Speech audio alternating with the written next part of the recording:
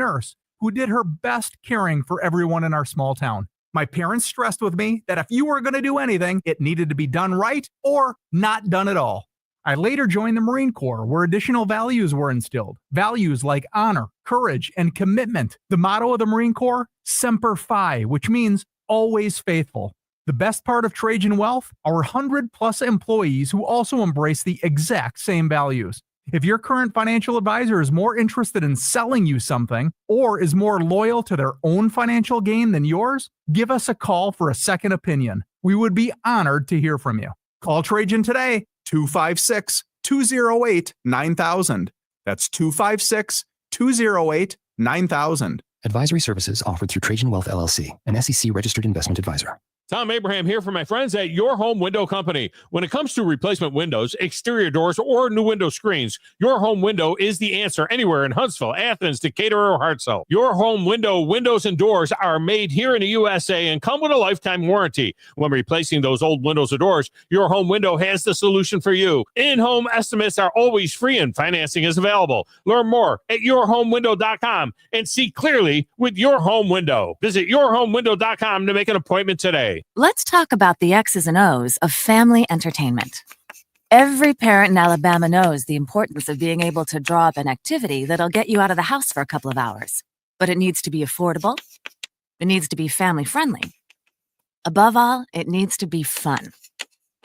Now, let's talk about high school sports. Bang for your buck, school sports provide the perfect game plan for your family.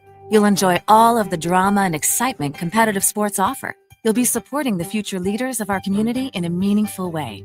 Best of all, you can take the entire family without breaking the bank. Heck, you won't even dent it. Now, enough chalk talk. Let's get out there and see what's playing at the high school in your community. School sports. Good for our kids, good for our community. This message presented by the Alabama High School Athletic Association and the Alabama High School Athletic Directors and Coaches Association. Football season and Bad Daddy's Burger Bar. The perfect combination of good times and great food. This season, score big with one of our chef-inspired expressions of pure burger amazingness. Our delicious burgers are made with premium Angus beef, and you can pair it with one of our signature cocktails or a cold craft beer from our huge selection. Bad Daddy's Burger Bar on the Parkway in Huntsville and our new location at Cliff Farm, Highway 72 in Madison. Sports Talk, 24/7, 365. Your full-time sports station. You're doing a great job. Keep up the good work. Is 97.7 ESPN The Zone. Doesn't anyone do any work around this joint anymore?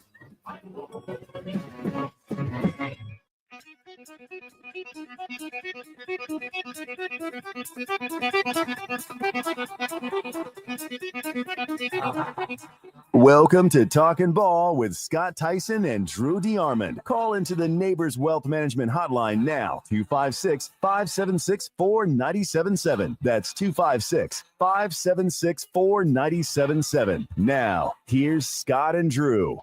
There you go. There you have it. We're back. We're live. We're brand new. It's Talking Ball. Scott Theisen, Drew DeArmond. Happy Wednesday morning, 256-576-4977. You can join us this morning. 68 degrees right now in the Tennessee Valley. Your high today, 83 degrees. And you know what that means? That means you might need to give our good friends over at Talent Heating and Air a jingle. 256-503-4490. Hey, if you got high energy bills, if you got frequent repairs, your unit is 10 years old, plus it might not be cranking out enough cold air, give them a call. Talent Heating and Air. You can find them online, talenthvac.com. They're live. They're local. Folks, they're good. Give them a call. Thomas, Terry, Jeremy, give them a ring. They'll take care of you. Financing. They've got it all. They've got it all. Give them a message. 256-503-4490 for our good friends over at Talent Heating and Air. We might need that because it's getting a little toasty. It's getting 77 degrees in here. What's going on? It's getting a little toasty. We're going to be down to our skivvies before this show is over.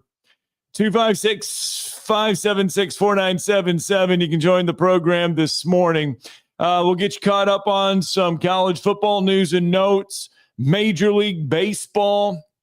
Josh Jacobs sat down on the Pivot podcast, and if you've not watched the Pivot, it's some good stuff.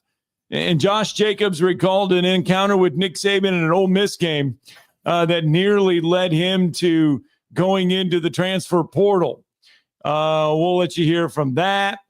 But it's not, I don't think this is going to happen, but it's on the table. A House committee yesterday in the state legislators put a bill out there that would allow student athletes to sign NIL contracts on the high school level. Yeah, like that's healthy. Yeah, Jeremy Gray from Opelika put this on the table and said some students put hours into training. He says it protects life-changing experiences for high school athletes, defends our young athletes' right to work, earn wages in a legitimate, bona fide manner. Others are saying, I don't think so. Heath Harmon is one of those, the Alabama High School Athletic Association director. He says, I don't think so. He says, if adopted, we must ensure we avoid mistakes that are being made at the collegiate level and other areas where it's being implemented. Andy Witt from Harvest, representative from Harvest, says those mistakes have drastically changed college sports. And if you're thinking this is going to happen, I personally don't think it's going to happen because, Drew, here's why.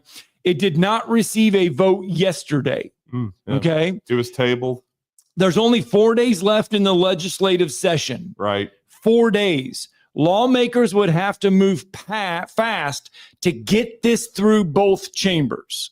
So it didn't even clear one yesterday.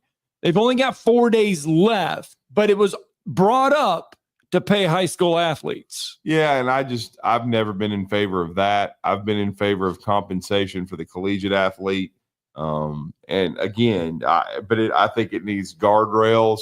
But when you're not even licensed to drive in many cases, and you, of course, you have parents, guardians, and whatnot, and family that would be making the business decisions for you. Right. I think, again, I don't think a kid should be compensated, because then you'll have Iamaliavas everywhere who are trying, if they have a great athlete that's a high-profile guy like a Caleb Holt, something like that, who had moved to another state because of high school NIL. And we all know that's why he did. No, he did.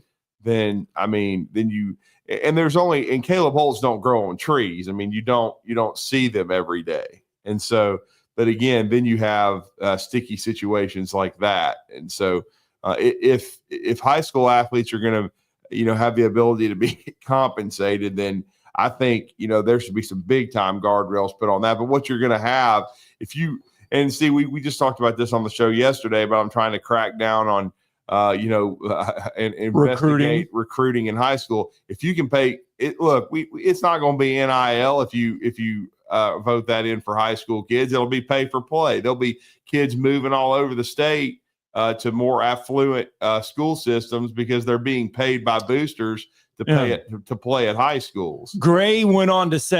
Representative Gray went on to say they already get recruited.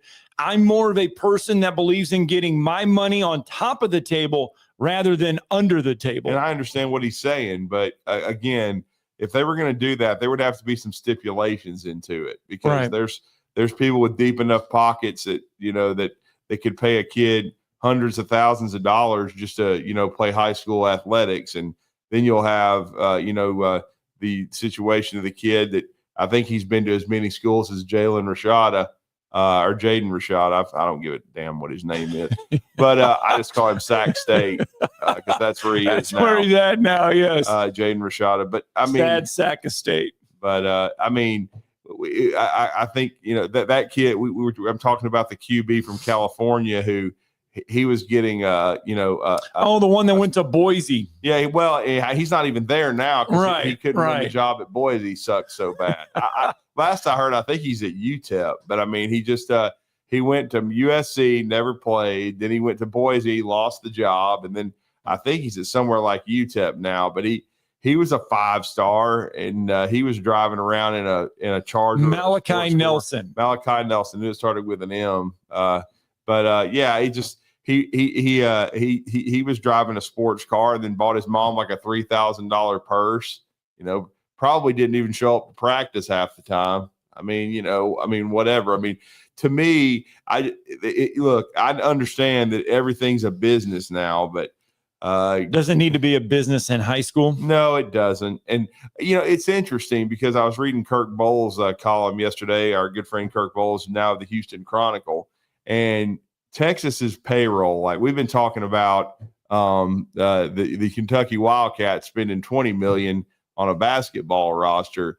Sounds like Texas is going to spend $35 to $40 million on football, and so that's ridiculous. And yet, it's basically they know it's a 1-year thing because change is a coming with the revenue sharing. They're anticipating it, and then again, they know it's not sustainable, but they're going all in this year, right? Trying to win a national championship. And so, but to me, I just don't think it belongs on the high school level because once you're entering college, you're early adulthood. Most times you're 17, you're 18 years old. You start to you can definitely drive a car during those times. That period of time, you will be able to legally drink alcohol at some point. But I just don't think you deserve it in high school. I just think it's 32 states currently allow high school players to get NIL. 32 and that's states. why Alabama's trying to join the club, so to speak. I mean, I understand it. I didn't know what it was up to now. I didn't know how many. I think as of 2023 there were 30, but then two more passed it through. Yeah. As of 20, Alabama is in that list of not having it. Montana, West Virginia, Texas, South Dakota, and South Carolina, Wisconsin, Wyoming. Some of those may have changed. So Texas doesn't even have it? Not right now, but I know Florida does, right? Yeah. Florida's passed it. So there's one, Georgia, of course. Yeah. But, yeah. So I mean, it's growing. It's growing, and we'll have to see how many actually end up with it along the way. Well, I mean, here's the deal. There's, like I said, there's a very small percentage that are big time D1s anyways. You know what I'm saying? So, my bad. 39 states. It's up to 39. It is up to 39. So eventually maybe all 50 do end up joining it. But if they do that, I hope they have to be extremely transparent with the process. And, it has to be above board from the standpoint of it has to be in writing and you have to know what a kid's making. I'm sorry. There shouldn't be any privacy when you're doing some stuff like that. Well, I think Alabama's feeling the pressure. Well, yeah, I'm sure. Because Tennessee has it, Georgia has it, and Florida has it. All neighboring states surrounding Alabama has it. Yeah. So 256-576-4977. You can join the program. Wolverine Dan is with us. Good morning, Wolverine Dan. Morning, Dan. Good morning.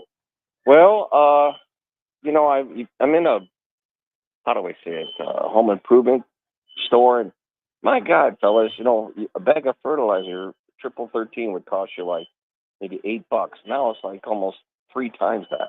Wow. God, unbelievable, guys. Yep. But what I did call about is how about those Pistons? Got some heart, bro.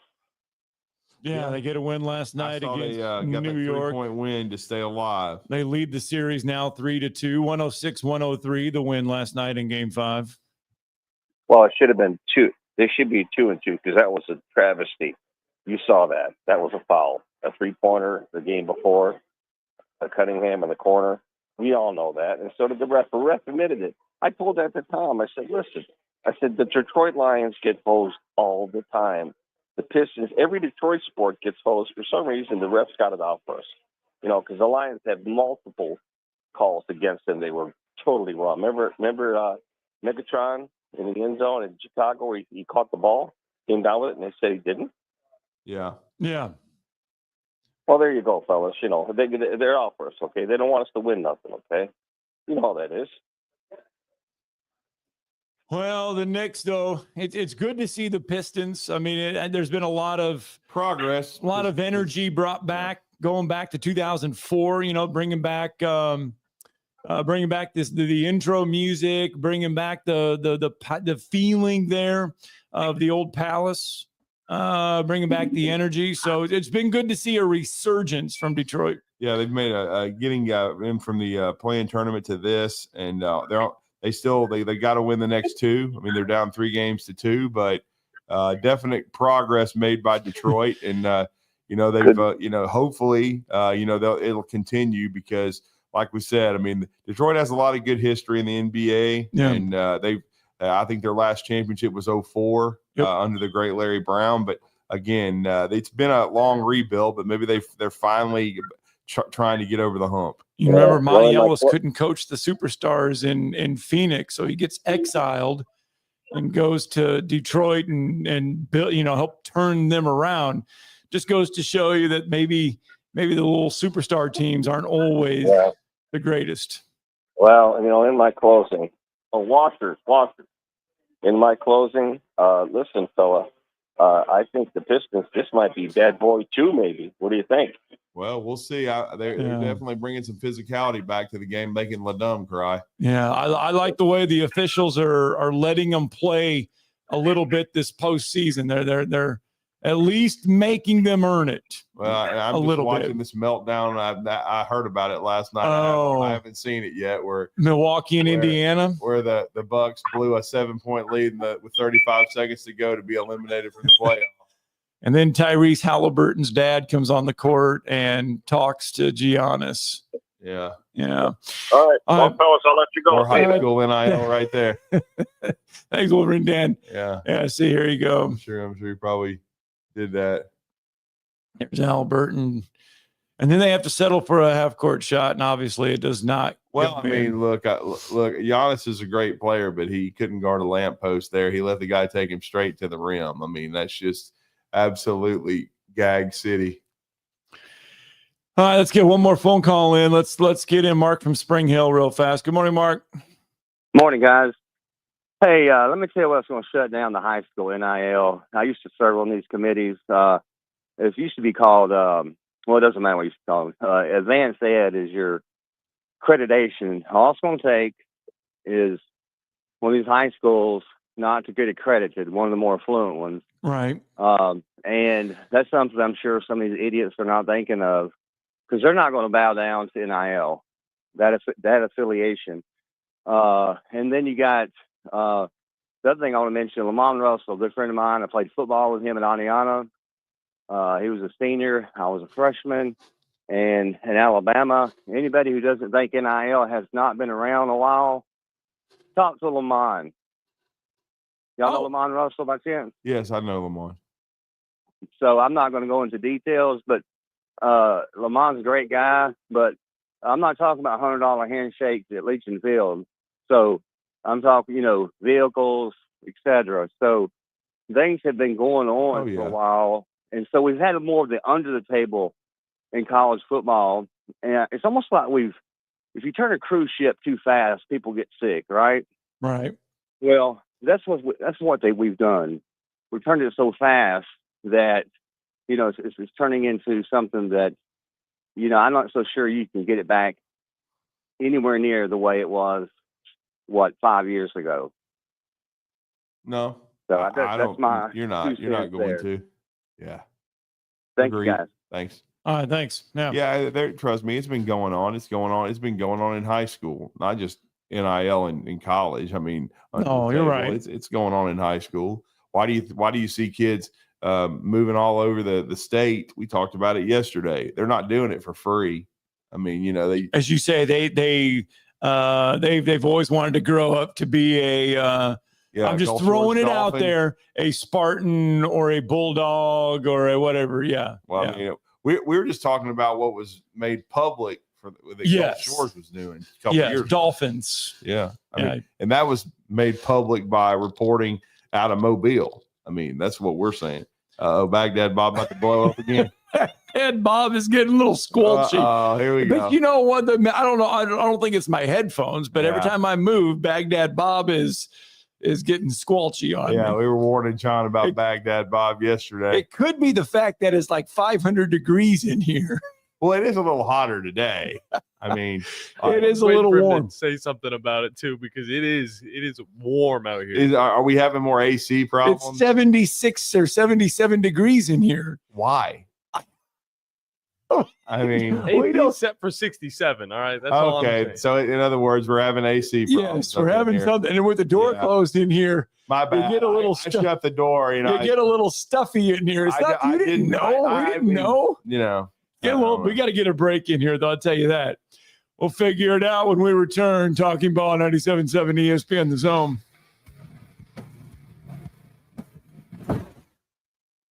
You're listening to Talkin' Ball on 97.7 ESPN, The Zone.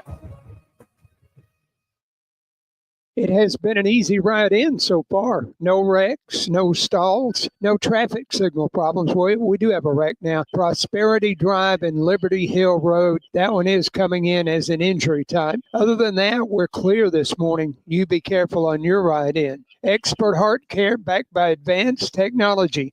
When you need cardiac care, you need the heart doctor. Dr. Randall Burns and the team at Huntsville Heart Specialist on Bob Wallace Avenue. Captain Nick in the Valley Skywatch Traffic Center. Tom Abraham back from my friend Ross Roberts at Valley Equipment Rental. It's springtime, so let's get that garden tilled with a tiller from Valley Equipment. And while you're at it, snag a power washer for the house and the driveway. And if you're putting in a sprinkler system, they have the small trencher that you need. And you can even rent a Skag zero-turn mower and much more to get your property in shape. Valley Equipment, not just for the contractor, but the homeowner as well. 2 locations on the North and South Parkway. Valley Equipment Rental. Learn more at valleyequipmentrents.com. Eagle Masonry and Installation. It's right there in the name. Eagle is your one-stop shop for block, stone, or brickwork, monument signs, and outdoor kitchens and fireplaces. Eagle also offers the finest craftsmanship and insulation, including fiberglass or spray foam insulation, and of course, insulation removal. Philip Love and his team have years of experience, bringing the region the best in masonry and insulation services. For more information and a quote, visit insulatewitheagle.com or call 256-755-1556. Eagle saves you time. Eagle saves you money. I'm here with Thomas from Talon Heating and Air. With the temperatures going up and temperatures going down right now, now is a good time to get your heating and air system looked at. Thomas, when somebody calls, you guys answer. That's right. The phones are staffed by us. They're manned 24/7. We're ready to come out and take care of you that day. How do they give you guys a call? You give us a call at 256-503-4490. And you can find you guys on the World Wide Web at talenthvac.com. And now is a good time to do this because you guys are offering a special deal. That's right. We're doing $49 tune-ups this spring. We're also doing free second opinions. We offer that year-round. Somebody comes out, they say you got a back compressor, leaking refrigerant. Give us a call, see if we can save you some money. Thomas from Talon Heating and Air. Thomas, one more time, that phone number. 256-503-4490. AL certain number 21014. It all comes back to money. Visit our store right now at zonedeals.bigdealsmedia.net to take advantage of all the best deals in the Tennessee Valley. Or just go to our website, 977espn.com, and click on the Zone Deals logo to start saving right now. Now, as to the price. These deals won't last long, so get yours now. Zone Deals. You'll thank us later. A man who could easily afford to buy a vowel. This will turn journalism on its ear. Watch our stream on WCZN TV on Twitch and YouTube. But you are the greatest hero in American history. We are 97.7 ESPN, The Zone. What's happening? What's happening? Oh, what's happening Is it 7:22 on a Wednesday morning? Talking Ball 97.7 ESPN Zone. Scott Tyson, Drew DeArmond. Happy Wednesday morning. 256-576-4977. That's the number to the phone lines. You can join us throughout the morning here as we kind of set the table. We're talking high school NIL there for a little bit. How about this? Let me see if this will actually, I'm not ready for that yet. Here we go. Here we go. How about this from last night on the major league level? 4-25. Well, anyway, it's doing that same thing again where it's telling me it's connected, but it's not connected. The Atlanta Braves get a win last night over the lowly Colorado Rockies. Braves get the win, 8-2. I told you the Rockies were bad yesterday. 8-2, the Braves win it.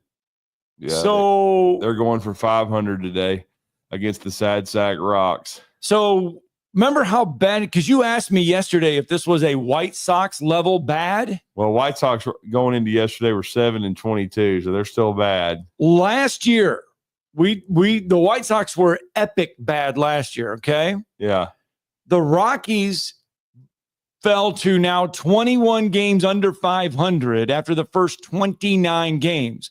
Last year, by comparison, at this point in the season, the White Sox were only 16 games under 500. So the pace that Colorado is on right now, the losing pace that the Rockies are on right now, is worse than what we saw last year with the White Sox. So they're just ready for the snow. They're done. They've officially been eliminated. Right. Is what we're saying. Mm-hmm.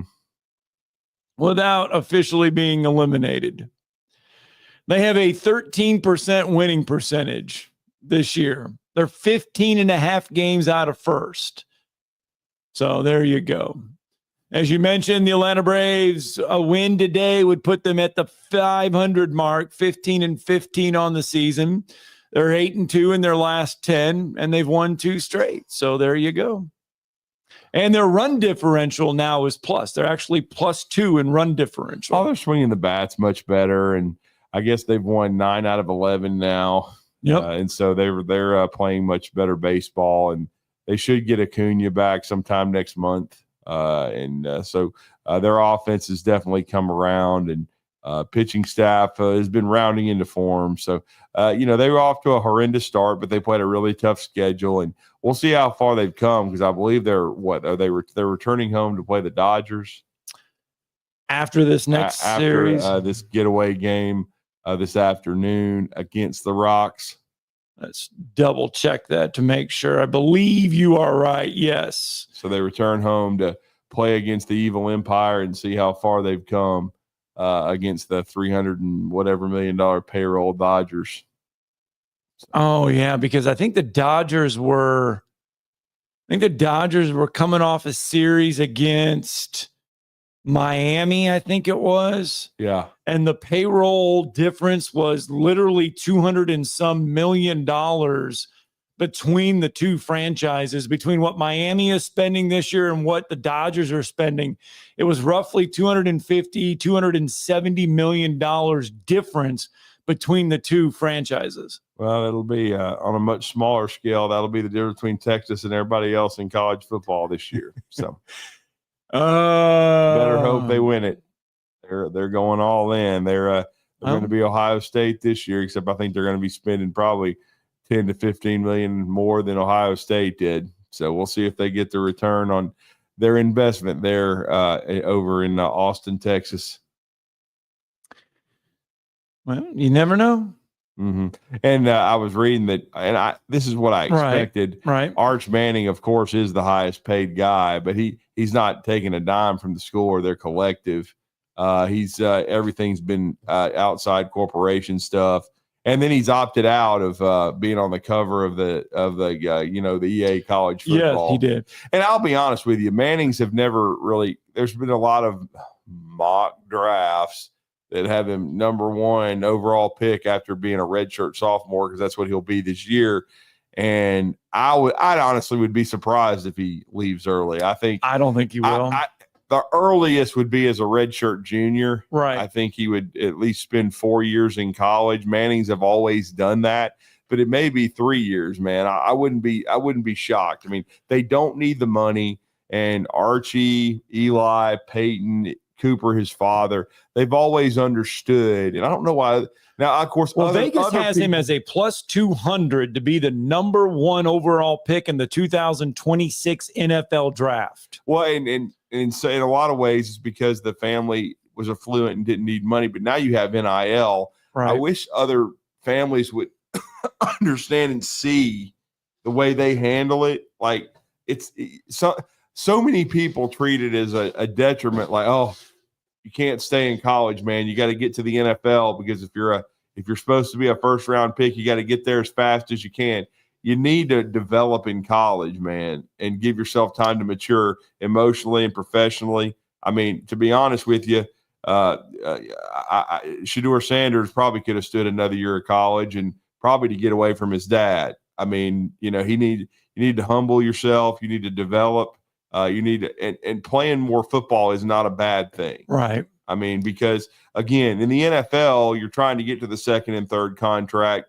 But if you're a Johnny Manziel and you're not emotionally ready and you flame out, then it's not for long, because Johnny was pretty much out of the league in 2 years. You need to make sure you're ready to go, and you're mature. And I just think that's a situation that I've always believed in that, especially in football even more so than basketball. But I'll be honest, you look at basketball, and I've said this for years, that I wish that somehow they could adopt it. A lot of big-time college basketball coaches, Coach K's, Jim Boeheim's, other people, Roy Williams, they're all retired now. They were never in favor of the baseball rule or football, and football being in basketball. I always was, though. I don't care if you're good enough and you want to go pro out of high school, go ahead, dog. But if you go to college, you got to play 3 years and then turn pro. Right. I think that the NBA is suffering because of that, because there's so many guys that aren't emotionally and physically mature enough, and that's why the basketball sucks. So if I gave you $20, would you feel confident that Texas would win? How much money would you put down for Texas to win that national championship of that 20? Are you saying Texas or the field? If I gave you $20, how much would you put on Texas to win the national title of that 20? 10, so I could go eat lunch somewhere else. So about half. You're lukewarm on Texas winning the national title. Yeah, so you're not sold on the Longhorns winning it. If it was my scenario and you said Texas or the field, I'm taking the field. Oh, yeah. Texas chokes a lot. They've perfected it. We got to get a break in. When we come back, we got to get to Chris Lee. He's going to join the program. And we got to talk some Alabama. We got to talk, SEC baseball. Get ready for that Vanderbilt-Alabama series.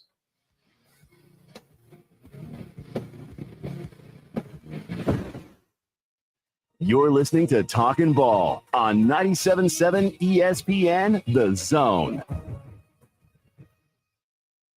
From the Fox 54 Weather Center, I'm Chief Meteorologist Jordan Dressman. Temperature is relatively warm as we head into the overnight, early into your Thursday morning. We're only going to drop into the mid-60s. Partly sunny to mostly cloudy sky Thursday afternoon. Temperature climbing into the upper 70s and lower 80s. There is a better opportunity for some scattered showers and thunderstorms through the heart of Thursday afternoon. Some of that activity could be on the stronger end of the spectrum, and then maybe some gusty winds across the Tennessee Valley. That activity will subside as we head into the overnight, early into your Friday morning. I'm Chief Meteorologist Jordan Dressman on your home for ESPN Radio, 97.7 ESPN, The Zone. One wreck on the board. This one's Prosperity Way and Liberty Hill Road. That's our only working accident. Everything else is clear, traffic level heavy. You be careful on that trip in this morning. Summer temps are here. Don't get caught without your air. D&L Refrigeration can check your system before it's too late. Discounts for military, law enforcement, and seniors. 256-652-1207. State license 08091. Captain Nick in the Valley Skywatch Traffic Center. Where's the best place for sports? What about the best place for wings? If you answered Jefferson's for both, you're right. Jefferson's is also a great place for value. Every Monday, kids eat free with the purchase of an adult meal, and teachers bring your teacher ID and you eat free every first Tuesday of the month up to $15. And Newmarket, Jefferson's will be opening a new location at 2190 County Road 65 very soon. Jefferson's, best place for sports, best place for wings. Hampton Cove, and soon in Newmarket.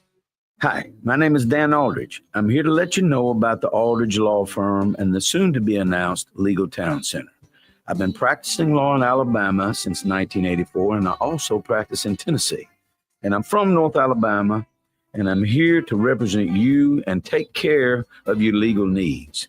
For many of us, hiring an attorney is not high on the priority list and maybe a little scary, but it's something that we all need at some point. So by all means, do your homework. And if you need representation for car accident, wrongful death, medical malpractice, nursing home abuse, or estate planning, or any other matter, just give us a call at 256-534-3188. And you can email me at Dan, that is Dan at danaldridgelaw.com. Dan at danaldridgelaw.com. God bless America.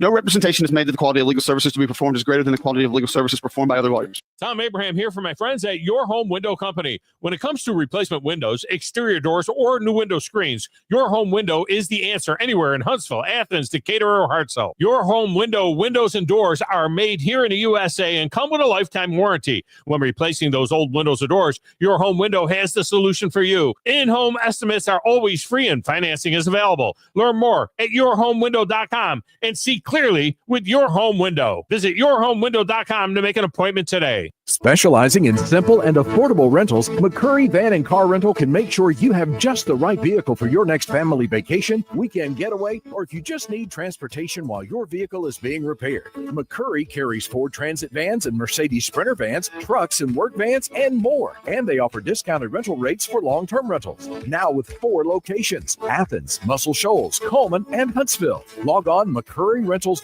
to make your reservation now. That's McCurryRentals.com. From Coleman to Fayetteville and all points in between. Son, pull the hammer back. Smokey's coming at you in a plain white wrapper. 97.7 ESPN, The Zone.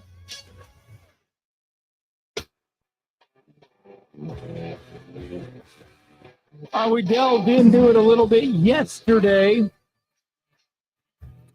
and that was SEC baseball. Now this thing is coming apart here. Uh-oh. Put this back. Got to clip this back on. Things are just, there we go. There we go. All right, we delved into it a little bit yesterday, and that is SEC baseball coming up this weekend. Another big series on the diamond. And, well, each and every weekend is a big series. But you look at the schedule, Alabama, Vanderbilt on the schedule this weekend. Should be a big one. Both of them have numbers by their names. 15th ranked Vanderbilt, 18th ranked Alabama. Yeah, and they're both 12-9 in the SEC. They're part of that glut underneath the juggernaut known as the Texas Longhorns that are trying to wrap 19-2 in conference play of the Longhorns. Yeah, they've been a machine so far, and they're ranked number 1 in the country, and rightfully so. Both Alabama and Vanderbilt are trying to host regionals. Tim Corbin, 2-time national champion, greatest coach in Vanderbilt history, Hall of Famer. Alabama going to Vandy. Never easy to play there and play on the road. But the Tide have Vanderbilt on the road, then Georgia, their last home series, and then they end it. And you were talking about it yesterday. Florida's all of a sudden gotten red hot. They'll have to go to the hot Gators in Gainesville. But we're going to talk about that series in SEC baseball with our next guest. He is the longtime publisher of Vandy 247, now part of the 24/7 Sports Network, and, of course, a huge part of Southeastern 16, and you can catch all their content on YouTube. It's outstanding. But Chris Lee has been kind enough to join us this morning on the Neighbors Wealth Management Hotline. Chris, good morning. Hey, good morning, guys. How are you, man? And a big series for Alabama and Vanderbilt. Both these teams positioning themselves, trying to host regionals. Vanderbilt done that a lot and with regularity under Tim Corbin. Alabama did it 2 years ago for the first time since 2006. But Rob Vaughn in year 2 making a run to try to do that this season.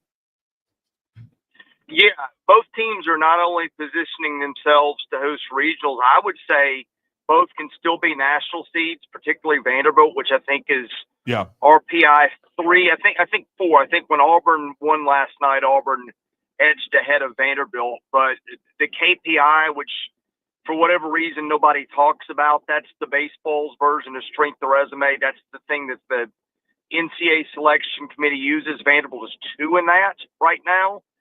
And Alabama, I mean, every metric that Alabama has puts Alabama squarely in the mix, again, not just to host, but with a good finish, be a national seed. Now, the question I have is, how does the committee handle this, guys? Because you got Texas is going to be the number 1 overall national seed, barring a collapse. Right. You know, LSU, Tennessee, Georgia, all right there. Certainly not just LSU and Tennessee lack in the metrics a little bit because of the schedule, but I think quality of team, I don't think anybody would say those weren't among the top 8 teams in the country.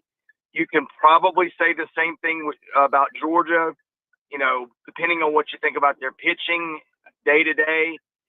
And then you've got Vandy and Alabama, who would be under any other Vanderbilt and Auburn, who under any other circumstance would be national seeds. But I'm going, okay, well, is the committee going to give the SEC like 6 national seeds and then maybe 3 more hosts? Are they going to put a cap on that? I don't know. I think that, you know, one of the biggest problems Vanderbilt and Alabama have right now, certainly the level of competition that you play week in and week out in the league helps your RPI. Other than Missouri, you don't ever just drop just by virtue of playing somebody for the most part. But it does cause problems when, you know, 7 of the top 10 or whatever it is this morning or in the RPI or from the SEC, you do wonder how the committee's going to handle that. Then you got to throw in Arkansas in that equation. Where do you put the Hogs in there? That's who he was trying to think of. Yeah, Arkansas. Yeah. I mean, there we go, guys. It's a beauty. And we haven't even gotten to Ole Miss or Oklahoma, which could host. And, you know, Florida's sitting there, at 8 wins in the league and 18 RPI and is playing really well. And I mean, it's crazy. Mississippi State guys could still make it with the hot close. Yeah, and speaking of that, we talked to Steve Robertson yesterday just to get the 411, but it sounded like they wanted to avoid getting hot late and having a difficult decision of whether to fire Chris Lemonis, because if he had made a run to the NCAAs and say they played well in a regional, got to a super, it was going to be tough to fire him. Yeah, I've heard that too, and I kind of get it. What a strange situation. I mean, crazy. After 2021, State was a team, you know, that was probably, until that point, the best program in college baseball, well, other than maybe Florida State, to have never won a national title. And I would have never guessed in a million years that it would have fallen off to the level it did. And I'll say this. I do think that last year, I thought they deserved better than a 2 seed, I think, in Miami. And maybe if that goes differently, they make a super regional or maybe even Omaha, and it's a different conversation. But what a crazy way to have gone since winning a Natty in 21. Yeah, I never would have thought that because they went to this World Series the year after, but then they had 2 straight years of 9 and 21 in the league that you never see. Bounced back last year. They made a good run in the regional. And then come up a little short, don't reach the supers, and then have higher expectations this year. And they actually, their high point has been beating Alabama. I was there that weekend. They beat Alabama 2 out of 3. You thought they might turn it around, and they gave Auburn a good run on the Plains last weekend. But overall, just not a team that is looking like they're going to, host it by any stretch. Like you said, they can still get into a regional. And the new format of the SEC tournament, I haven't really asked you about that, but everybody, there's no double elimination, and they're taking all 16 to Hoover.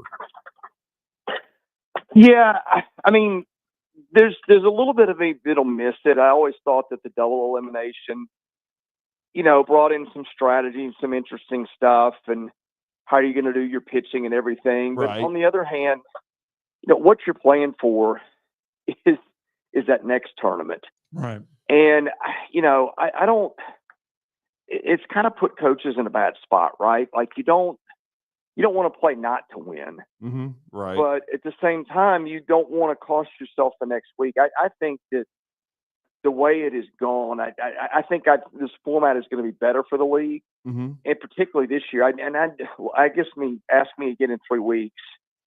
Yeah. I can't decide if everybody's got nothing to play for or a lot to play for, because back to where I started, you're going to have to break the ties between some of these teams.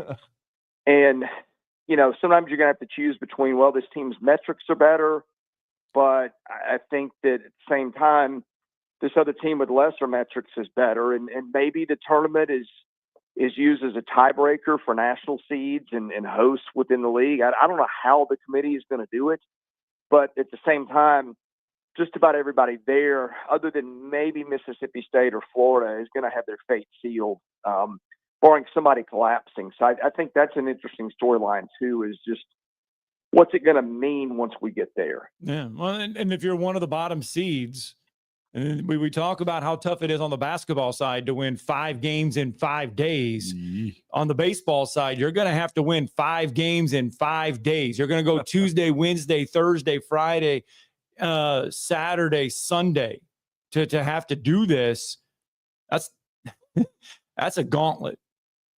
Yeah, it really is. And, again, if you're a Mississippi State, that might just be the opportunity you need, right? Because if you come in at 13 and 17, if they can even get to 13, then winning 3 or 4 might be what you need. If you're somebody else, maybe in Oklahoma with an RPI around 20, trying to get a host spot, you win the thing.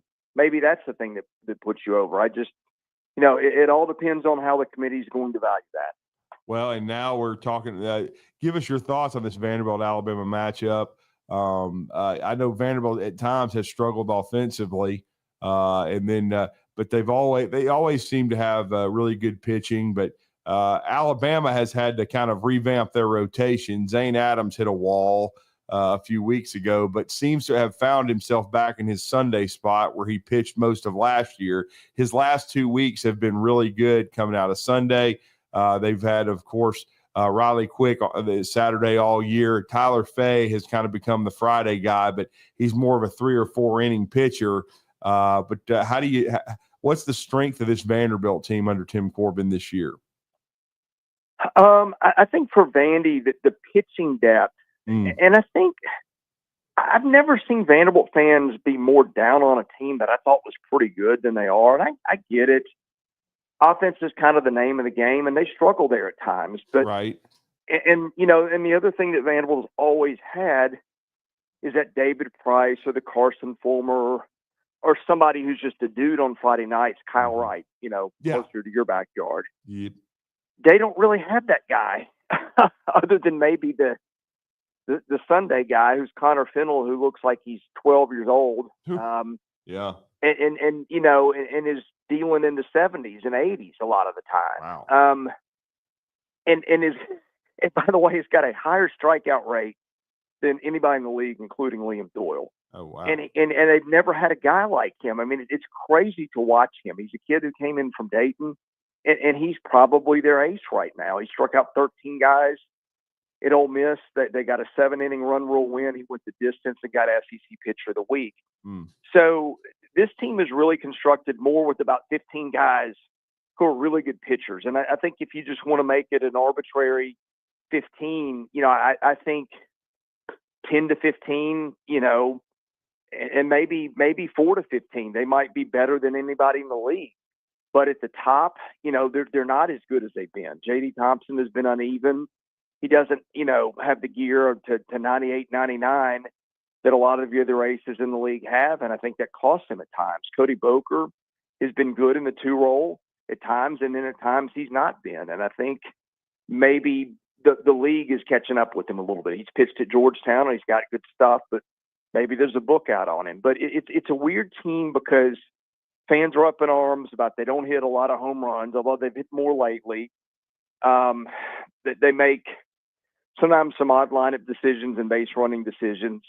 But the depth of that pitching staff has been really, really good and has carried them to a lot of wins. And I think they're an interesting team, and I think they're a better team than a lot of that fan base is giving them credit for being. Well, Wow. Sounds like they just need something, though, just to put it all together. It's like they get the pitching one day, and then the hitting does. They don't get the hitting, then they get the pitching. But the pitching has carried them. But Chris, it's when you're talking tournament play, you're talking regional play. That's what it comes down to, right? Though, having all those arms in the stable. Yeah, I think pitching depth is a huge thing, especially if you catch yourself in the losers bracket. And here's a couple things I'm watching, guys. I don't know how much academics still matter a lot of places, but I'll tell you the one place I know that they still matter, that's Vanderbilt. They were in exams last week. They're in exams this week. I think some of their players are probably done. Last Tuesday they lost to Middle Tennessee State. It's the first midweek loss they've had all year. It's the only loss they've had in quad 3 or quad 4. And you watch that game and they're just, making weak contact against ordinary pitchers. Tim Corbin was furious that they had missed 2 signs and botched a couple of plays that ended up costing them. And then they go to Ole Miss, a road trip on top of being in the middle of exams, and look pretty bad the first 2 games before they bust out in game 3 with the run rule win. They were okay yesterday against Indiana State. Again, pitching carried them. They've got maybe the best number 4 starter in the league, and Austin Nye, who's a tremendous freshman for them, and maybe going to be one of their next first-round arms. But I do wonder, sometimes is guys get done with class and don't have to deal with the exhaustion of that anymore. And I've talked to people that have been in that program, and it's a factor. I think that's one thing I'm watching. And then you've got some younger players who've developed. Brody Johnston, who's got a lot of power and is going to be probably a major league third baseman or shortstop. He's been erratic, but he's got power. Braden Holcomb, who looks like a tight end, NFL tight end, has started to hit some home runs. Rustin Rigdon, who hit leadoff for them yesterday, really, really talented freshman. And he not had an injury in his senior year of high school. He's probably not at Vandy right now. So I think they've got some parts that are developing, and I'm very interested to see. A lot of times they play their best ball once they're out from under exams, and Alabama's rolling into town right at the time that is starting to happen. Yeah, that's why I'm fascinated by it. And then it was interesting because I'm used to Vandy being a really good offensive team. When I saw that they're in their stat line, they only really have 200-300 hitters. It surprised me, but so much of it is how you're playing now. That's why baseball is a funny and unpredictable game. You don't know because just a couple of weeks ago too, we know how good Georgia is offensively, and yet they come to Nashville and Vandy sweeps them. Yeah, and that one shocked me too. And I think to me, I had just about determined that they were a 2 seed. They were limited. That there were just teams like that were going to be able to handle them. And there just wasn't much they were going to do about it. Instead, they sweep Georgia in a series I think that shocked everybody. That told me, hey, if you've got elite pitching that can execute and stop elite hitting, they got a shot to beat anybody, guys. And here's the thing, too. The more they play in their park, the more that sets up to help them because it's probably the best pitcher's park in the league. They've lost 4 games there all year. One was last week, and they got swept by Arkansas. And then you get to Hoover, more of a pitcher's environment. You get to Omaha, definitely more of a pitcher's environment. If they can win enough to keep all their games in an environment that's more favorable to them, I think you've got to like their ceiling even more. It's going to be a really interesting situation. It really is, and they'll be Alabama 6 p.m. on Friday will be game 1. There'll be at 2 o'clock on Saturday, and then 3 o'clock on Sunday might be a really good matchup considering the young arm that Chris was talking about on the mound. Who kind of reminds me the first name that went into my head when you talked about his miles per hour was a young man years ago from South Carolina, Kip Botnight. who really didn't blow Yeah. the radar gun up, was a guy that located quite well. Sounds like this is another young man doing that, and he's 5-0, and that's Connor Fennell, and he'll be facing a guy in Zane Adams who is throwing much better as well. But it should be some really good baseball. Well, Chris, we appreciate it. Let everybody know how to follow Vandy 247 and, of course, Southeastern 16. Yeah, Vandy 247. It's the 24/7 home for Vanderbilt on the network. I'm spending more of my time at Southeastern 16 these days. We cover baseball, football, basketball year round. About 2 hours from now, we're going to do our regional projections live. I'm working on those as we speak. There we go. And it won't just be that. It'll just be like, okay, because I think the value in these things, like we're a month out from making a guess, right? So it's going to change. People want to see it. But I think the value more is in like, okay, who's still got a chance to host? Who's still got a chance to be a super regional team? You know, who's got a tough schedule ahead? Like where things might go from here. I think that's the value in that kind of analysis. So we're going to do that live on YouTube. All of our stuff you can catch later on YouTube or any podcast platform. So we're covering the SEC in depth in baseball to a degree that I don't think anybody else is on an audio platform. So people will come check it out. Yes, sir. Thanks, Chris. We appreciate it. Thanks, guys. Let's get a break in and wrap this whole thing up for hour one next.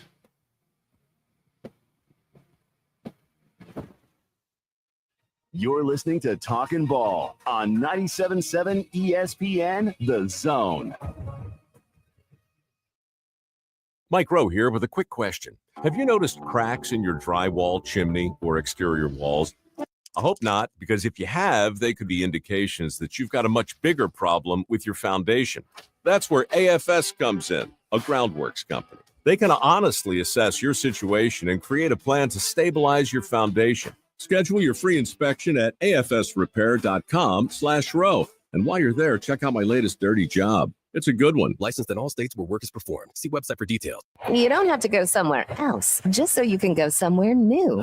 Plan your next vacation with Huntsville International Airport and Breeze Airways. Enjoy friendly, convenient, nonstop travel to some of the most exciting destinations in the U.S., including the home of 12 world-famous theme parks, Orlando, Florida. With flights starting as low as just $49, Breeze has got you covered with easy, breezy, nonstop flights to Orlando. Make all their dreams come true. Book nonstop to Orlando now at flybreeze.com. This spring, bloom into savings at Owen Home Appliance Center with a new shipment of scratch and dent items at the Somerville location, like a side-by-side refrigerator with water and ice, just $6.99. Or head to the highly interactive location in Lacey Springs to get the latest in appliance tech. It's garden and grilling season, so you're going to need that 21 cubic foot upright frost-free freezer for just $7.99 at Owen Home Appliance Center. Quality products, quality pricing, quality service only at Owen Home Appliance Center, Somerville and Lacey Springs. Football season and Bad Daddy's Burger Bar. The perfect combination of good times and great food. This season, score big with one of our chef-inspired expressions of pure burger amazingness. Our delicious burgers are made with premium Angus beef, and you can pair it with one of our signature cocktails or a cold craft beer from our huge selection. Bad Daddy's Burger Bar on the Parkway in Huntsville and our new location at Cliff Farm, Highway 72 in Madison. Mike Rowe here with a quick question. Have you noticed cracks in your drywall, chimney, or exterior walls? I hope not, because if you have, they could be indications that you've got a much bigger problem with your foundation. That's where AFS comes in, a groundworks company. They can honestly assess your situation and create a plan to stabilize your foundation. Schedule your free inspection at afsrepair.com/row. And while you're there, check out my latest dirty job. It's a good one. Licensed in all states where work is performed. See website for details. This segment of Talkin' Ball is brought to you by University Kia, the #1 volume Kia dealer in the state of Alabama. Located online at universitykia.com.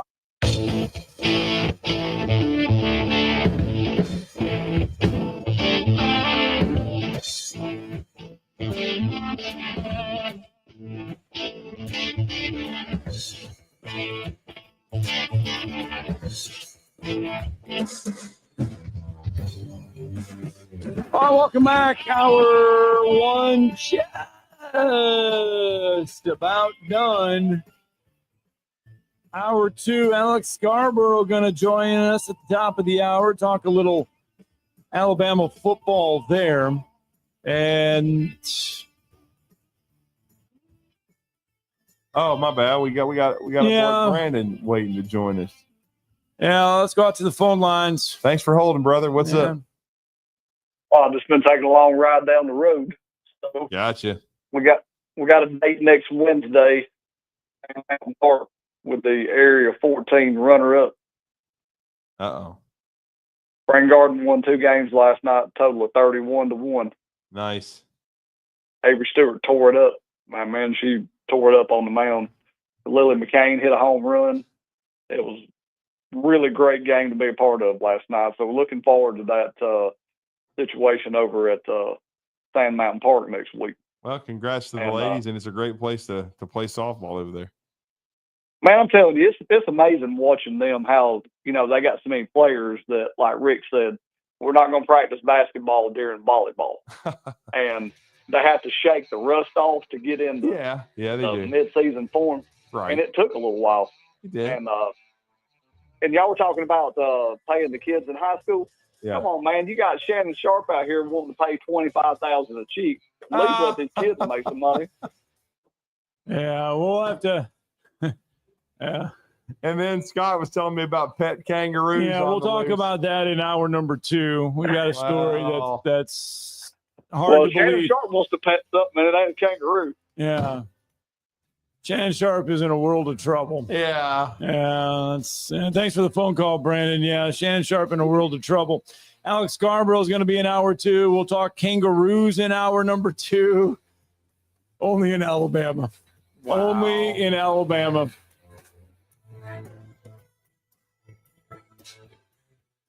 This is Brent Musburger's VSiN Action Update on 97.7 ESPN The Zone. AI-powered betting models to help you make sharper picks during March Madness. Free 7-day trial available now at rhythm.com. That's RITHMM.com. Chris Sale on the mound today for the Atlanta Braves. He's 1-2 with a 5.40 ERA. The Braves are a $2.45 favorite, and the Rockies plus 200. 10 over the total today at Coors Field. Yesterday, Braves 8-2 over the Rockies. Colorado has dropped 8 consecutive games. NASCAR this week at the Texas Motor Speedway for the Worth 400. Kyle Larson has gone from 6-1 to 5-1. He's the only favorite on the board. William Byron 6-1. Tyler Reddick plus 750. Christopher Bell and Danny Hamlin both 8-1. Ryan Blaney 9-1 to win the Cup race at Texas. Mike Sennett, 97.7 ESPN. WCZN, Union Grove, Huntsville, Alabama. 97.7 ESPN, The Zone. SportsMed is the official team physicians of the Rocket City Trash Pandas. And if the pros trust SportsMed, you can too. SportsMed provides every service you might need for complete orthopedic care, specializing in orthopedic surgery, sports medicine, joint replacement, spine surgery, neurosurgery, and podiatry. And they offer their own brace shop, in-house full-body MRI, physical therapy, walk-in clinic, and so much more. Their locations and on the web at sportsmedalabama.com. This hour brought to you by SportsMed Orthopedic and Spine Center. Online at sportsmedalabama.com.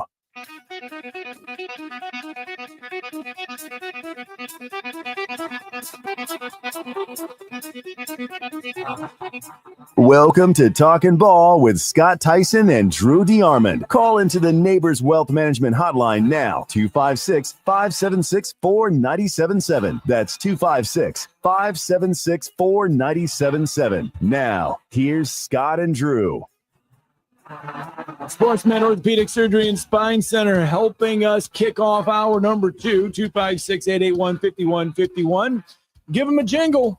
You can experience the SportsMed difference. We need you boys from Talent Heating and Air. We need something in here. We need a fan or something. We got to blow. It's getting it's just stagnant air and it's warm. I don't know what it is. It could be worse. No, we've had worse. We have. We have had worse. I think I lost 5 pounds one show. But I feel like we could be down to our skivvies by the time this thing is over. Well, yeah, you know. And, uh-oh. Hey, we got a our fan. resourceful producer. Yeah. now, if he's going to stand there and do that, we need grapes. That's pretty good. I don't know. Yeah. Grapes and. Oh, no. Club Shay Shay does a grape. We don't need no damn grapes. Shay Shay. That's what I heard. Anyway. Heard a lot of stuff. About him? No. In the club? No. Oh, I wasn't talking about you. I thought you were calling him Club Shay Shay. Oh. In the club. Come on. I'm like, John in the club? Jesus. Hey, what club is that? Me and Drew fancy some club. Yeah. Drew. We just love the club, man. I hadn't seen Drew in a club ever. Oh, my God. Anyway, where the hell did that go? I don't know. Anyway. Oh, boy. Time to bring in our second guest of the morning. I'm trying to pivot back to Alabama football, but we are. And, yes. Our next guest is one of the best long form writers there is in the business. He does an outstanding job. He's extremely well connected, covering the University of Alabama football program. He is the lead senior writer for Bama 247. He just wrote a very interesting article too about what Alabama needs to do if they want to return to the top of college football, which has been now going into the 25 season would be 5 whole years. But for some people, that's they just like a Texas, it's been nearly 20. And right when they're so hungry to win one.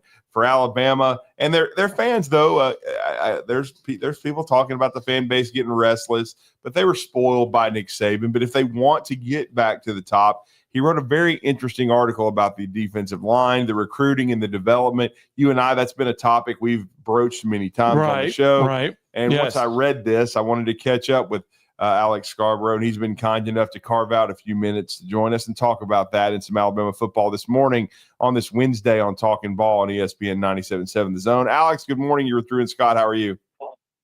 I'm doing well. How are you fellas? We're doing pretty good. well, man. And I thought it was a very interesting and well thought out, good article. I thought the same thing myself because, to be honest, I thought last year going into the season, the D-line had a chance to be a strength, but I still took a wait-and-see approach. I thought it was an inconsistent unit. I thought the biggest question was the secondary, which, ironically, by the end of the year, I thought was the strength. And now going into Kalen DeBoer's year 2, I think the secondary is the strength of this defense. The linebacker core, once it gets healthy, has a chance to be really good. But going into the season, Alex, I think the defensive line is the biggest question on the defense. What are your thoughts after, doing your research in the piece? Yeah, it's just really interesting sitting around watching the draft, and I don't pay attention to it as much as I used to. Right. And I guess maybe that's the frame of reference, because when I did pay attention to it a lot, I was so used to Alabama having these big defensive linemen go in the first and second round of the draft and be among the top defensive linemen taken. And we had to wait all the way until the 6th round. I think it was pick 190 something with Tim Smith to be the first defensive lineman from Alabama to go, the 34th defensive lineman in that draft class. And that's not a knock on Tim Smith. Don't get me wrong. He's a good player. But I just sat there thinking, since when did this become the state of affairs for Alabama in defensive line play? And it's really been a few years coming. It's been, it's been since Quinnen Williams and, what was that, 2019 when he was a first-round pick? They haven't had a first-round pick defensive lineman since. And more troubling than that, I think, is the fact that they're not really recruiting at a super high level at that position. Only one top 5 ranked defensive lineman in the last few years, James Smith, who you hope can sort of become something his final season. Tim Keenan's a nice player. James Smith is a nice player, but none of those guys are game wreckers. And really, that's, in my opinion, was kind of what made Alabama defensively, was they had guys like Quinnen Williams, like Jonathan Allen, like Ashawn Robinson, like, Marcel Darius and Terrence Cody, guys up the middle who could just wreck an offense. Because the easiest way, everybody wants edge rushers. Everyone wants guys who can pick off passes. The easiest way to mess up an offense is to mess up timing, and that's pressure up the middle. And that's in the running game, and that's in the passing game. And quite frankly, that's something that's been missing for Alabama for a really long time. I don't know how they get it back, but it's something that when you really reflect on it, it kind of makes sense why this defense has not been the top of the class in college football. That mantle's sort of been taken over by Georgia and some other programs. So I think that's kind of a place to start is can they go out and either recruit a really high level defensive lineman, or can they turn a diamond in the rough into a guy who can be a game wrecker there? It's something I think needs to be done for this program to get back to where it was before. I was going to ask you, is it a talent deficiency or is it a coaching deficiency along the line? It's hard to say. I mean, it's probably both, to be quite honest. And I know Freddie Roach is really well liked and has been there for a while, but the results just haven't been there. They've been solid. Don't get me wrong. Like Raekwon Davis, Fidarian Mathis, they've had solid interior defensive linemen, but nothing spectacular. And that's what Alabama is. And we just got to, if we're going to say the standard is national championships, we should also acknowledge where the standard is at certain positions. And I don't think they've necessarily been meeting that. And, I said it in the piece. I went back to 2021 primarily because that was when, what a player still in college football would be playing at is the class of 2021. But the other thing that changed was NIL came into existence in 2021. And we all know, we've all sort of accepted that Alabama does not have the deepest pockets in college football. And what's one of the highest paid positions in the marketplace? It's defensive line. Why do you think Texas A&M has gotten all those, 5-star defensive linemen? Ohio State has picked off a few of those. Georgia, Alabama's got to find a way to get into that space, whether that's cracking open the checkbook. It's a really hard thing to do because you want a balanced roster. If you're Courtney Morgan, I don't know what the answer is, but you either do that or you got to go find a guy and develop him. And that means coaching. That means taking it up a notch. I don't want to lay all this at the feet of Freddie Roach, but the results compared to what they've been in the past have just not been there. And then another thing, too, you bring up the Raekwon Davises, the Fidarian Mathis, and even Christian Barmore. And again, I've been a huge critic of Roach. And here's the thing that he had a chance to coach, all three of those guys, but he did not recruit them. They were already in the program when he got there. And that's my biggest because I think Roach has not done a good enough job developing. But the bigger issue, though, is recruiting, because you just don't see Alabama in on these big time guys.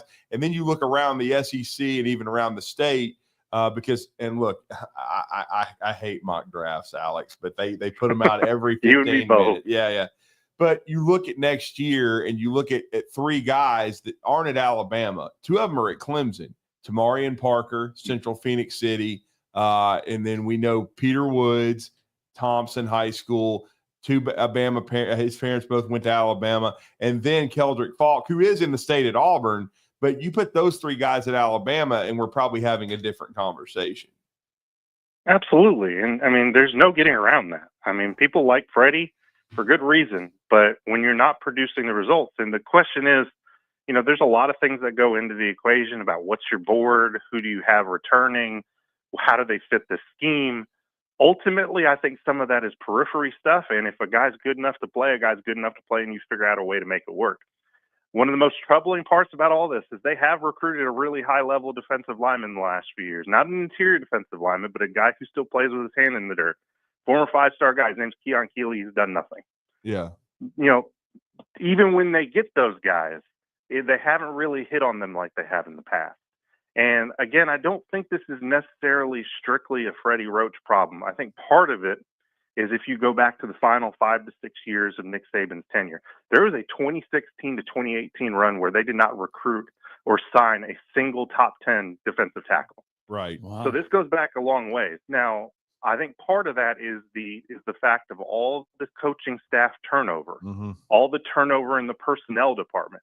All those connections, we talk about what it means on the football field quite a bit for good reason, because Nick Saban have to coach all those coaches. You lose continuity, but you also lose recruiting relationships, and those relationships morph and transform, and you lose some of them.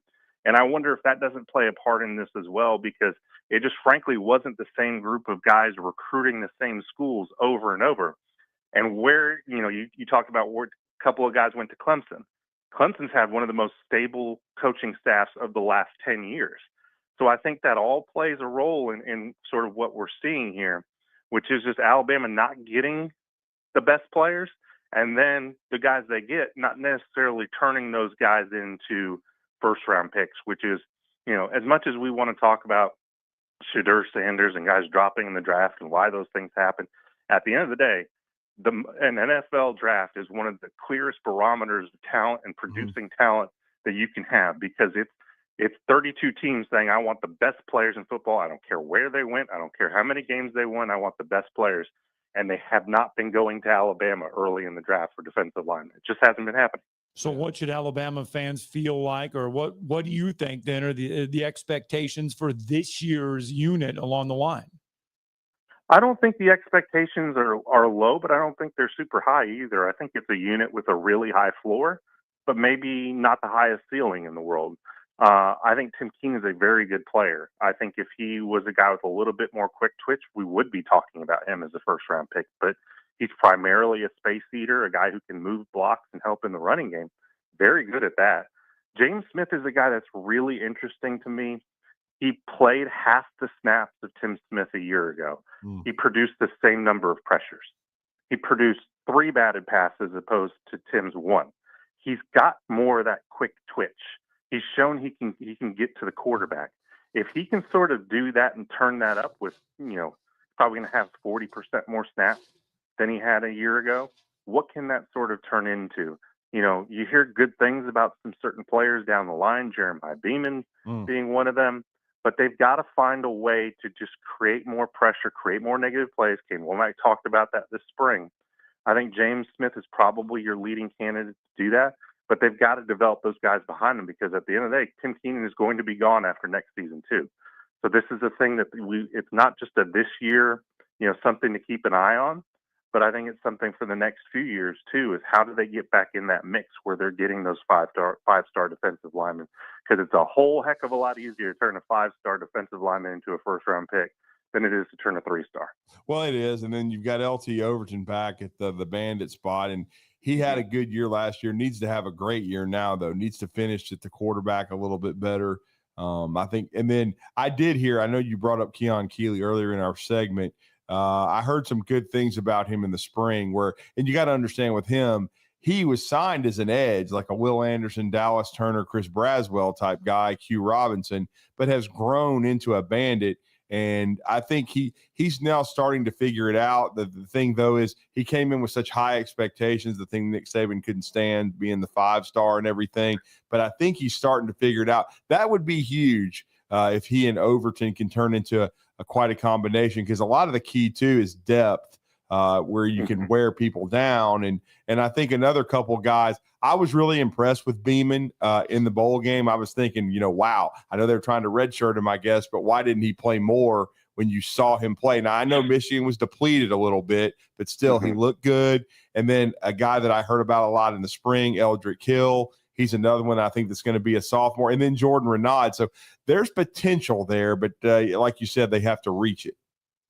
Yeah, and I think the phrase I kept coming back to with Keeley when you talk to people in the building is cautious optimism. Right. Because they know what the last few years have been like, and everybody wanting him to be a star, and it's just not quite happening, and being some frustration there. And there has been since January, since the bowl season ended, that, hey, this guy might be starting to turn a corner.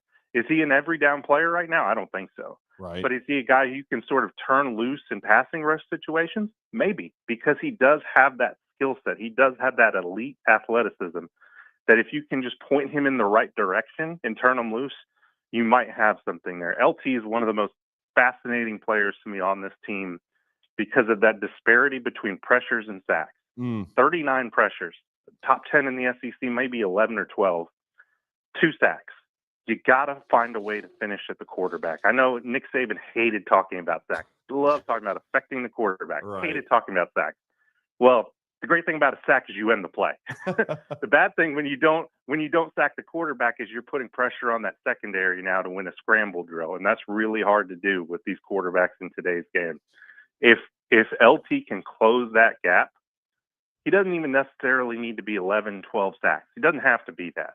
But if he can close that gap and be an 8, 9 sack guy, I think it instantaneously helps this Alabama defense because Kane Womack doesn't have to generate pressure with numbers and blitzing. And then on the backside of that, I think he's a guy who, while he's a little bit of a tweener because he's a little bit big to be a pure, edge rusher, but he's not quite big enough to be an interior defensive lineman, a run stuffer. He's good at both of those things. I still think if he gets in that 8-9 sack range, we might be talking about him as a first-round pick because he does have some elite traits. Wow. Talked a lot. We spent about 15, 16 minutes talking about how the defense needs to kind of come together, especially along that line, kind of the strengths, the weaknesses. Nothing. I mean, we didn't even have time to get to the offense and everything else that they're going to have to explore because it too. But I mean, Alex, though, is this, I mean, we thought we would see a transition in year one from Nick Saban to Kalen DeBoer, but really, is it year two where you really start to see the biggest transitions in philosophies and players and development and everything? You absolutely should. And Kalen DeBoer has even said that. But I think something that happened on Saturday morning, I reported it, that, there were no players, scholarship players who filed paperwork to enter the transfer portal. Yeah. And I think everybody immediately said, well, let's wait 48 hours and figure out. I said, no, nobody submitted paperwork. And is that going to win them a national championship? Probably not. That one thing individually doesn't. But I'll tell you what it is. It's a signal that this is Kalen DeBoer's roster.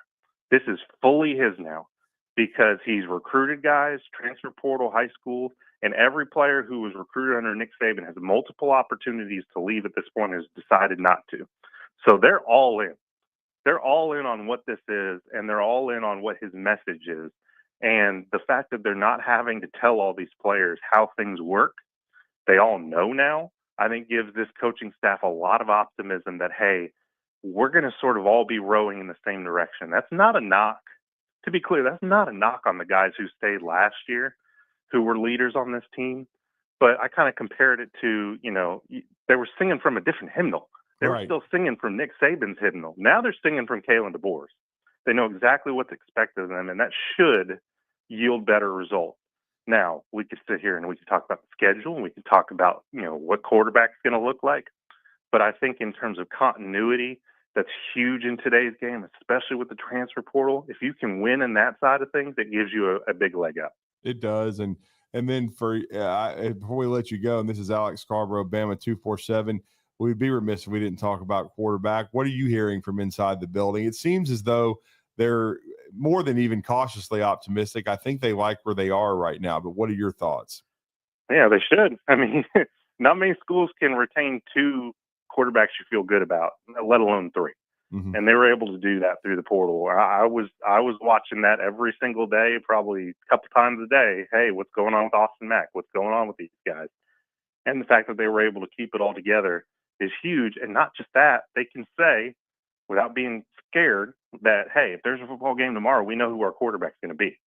Now, it's not a done deal. Ty Simpson's got to finish the job, but they like what they have, and it's an interesting mix because you have Ty, who's got some experience as a backup with a few years, a veteran guy. Yeah, you got Austin Mack, who sort of splits the difference but knows the system really well. And then Keelan Russell, he's by far the most talented guy in the room. He's just got to figure out the finer details of the game, get a little bit better handle on the playbook, and that all makes sense as an early enrollee. Can he go through spring practice and then hit another gear? I think is going to be really interesting to me. I'm not sitting here on whatever date it is today. It's not even May yet, saying that Ty Simpson is the starting quarterback.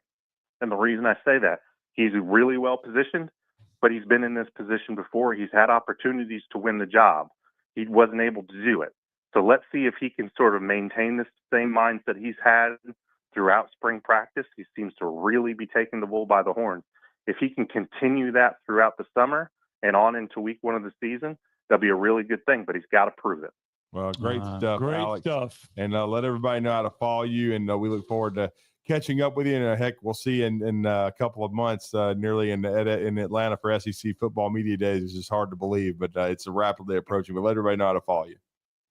Yeah, you can find me on @ByScarborough on X, and you can just go to Bama247.com and check out my work, but also Mike Rodak, Cody Goodwin, Brett Greenberg does a terrific job on recruiting, Kirk McNair, we've got a million stories everywhere, every week, and a message board to come hang out on. So come check it out. Thank you, sir. Thanks, Chris. Appreciate it. All right. Appreciate it, Alex. Yeah. Thank you, man. Yeah, good stuff. Let's get a break in, shall we? Kangaroos on the loose. I kid you not. You're listening to Talkin' Ball on 97.7 ESPN, The Zone. The company is Eagle Masonry and Insulation, but did you know they're also Eagle Landscaping and Dirt Work? Eagle can take care of all your landscaping needs, including irrigation, sod work, and planting, both plants and trees. On the dirt work side, Eagle can grade and build your pads, haul dirt in or out, and even do erosion control. Philip Love and his team can do it all for you. The website is the same, insulatewitheagle.com, as is the phone number, 256-755-1556. Give them a call and see what Eagle can do for you. Eagle saves you time. Eagle saves you money. Tom Abraham back from my friend Ross Roberts at Valley Equipment Rental. It's springtime, so let's get that garden tilled with a tiller from Valley Equipment. And while you're at it, snag a power washer for the house and the driveway. And if you're putting in a sprinkler system, they have the small trencher that you need. And you can even rent a Skag zero-turn mower and much more to get your property in shape. Valley Equipment, not just for the contractor, but the homeowner as well. 2 locations on the North and South Parkway. Valley Equipment Rental. Learn more at valleyequipmentrents.com. Hey folks, this is Arthur Seaton, managing partner at University Kia, proudly saying Roll Tide and War Eagle. Stop into University Kia today and shop one of the area's largest selection of new Kias, including Fortes, Seltos, Telluride, and Popular Carnival, and fully electric EV6. View all the great specials at universitykia.com and get pre-approved in minutes so you can drive home your new Kia if you really want, because we want to see you in a University Kia. It just works. Picture this. You're at home doing whatever it is you do. Then the power goes out. Then what? Well, at my house, life goes on. We have a Generac automatic home standby generator from Current Electrical and Generator Services. For your home security and peace of mind, get a free personal consultation on how a Generac automatic home standby generator can protect you. Current Electrical and Generator Services. Call or visit us on the web at HuntsvilleGenerators.com. You've got the power. You don't have to go somewhere else just so you can go somewhere new. Plan your next vacation with Huntsville International Airport and Breeze Airways. Enjoy friendly, convenient, nonstop travel to some of the most exciting destinations in the U.S., including the home of iconic casinos, world-class shows, dining, and entertainment. Las Vegas. With flights starting as low as just $79, Breeze has got you covered with easy, breezy, nonstop flights to Las Vegas. Book nonstop to Las Vegas now at flybreeze.com. Got a new wreck in Madison, Pembridge, and Verbena. That one is coming in as an injury type. Had one University east of Jeff that reported with injury. They've canceled HIMSY on it. Liberty Hill and Prosperity Way should be long gone now. D&L Refrigeration repairs heating and air conditioning units for homes and businesses. Ask about their military, law enforcement, and senior discounts. D&L 256-652-1207. State license 08091.